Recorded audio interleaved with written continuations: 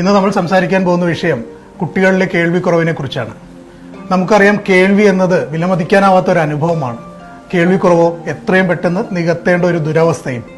ഗർഭകാലത്ത് അമ്മമാരിൽ ഉണ്ടാവുന്ന ചില അസുഖങ്ങൾ, കുട്ടികളിലെ ചെവിയിലെ നീർക്കെട്ട്, പഴുപ്പ്, ചില വൈറൽ ഇൻഫെക്ഷൻസ്, കുട്ടികളുടെ ചെവിക്കും തലയ്ക്കും ഏൽക്കാവുന്ന ക്ഷതങ്ങൾ, പാരമ്പര്യം, ഇവ മൂലം കുട്ടികളിൽ കേൾവിക്കുറവ് ഉണ്ടാവാം.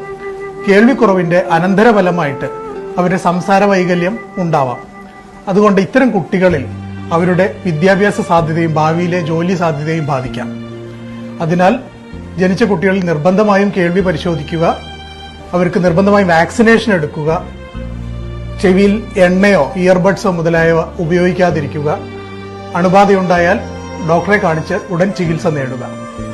കേൾവിക്കുറവിന്റെ മിക്ക കാരണങ്ങളും നമുക്ക് മരുന്നുകൾ, surgery, hearing AIDS, cochlear implantation മുതലായവ കൊണ്ട് പരിഹരിക്കാവുന്നതാണ്.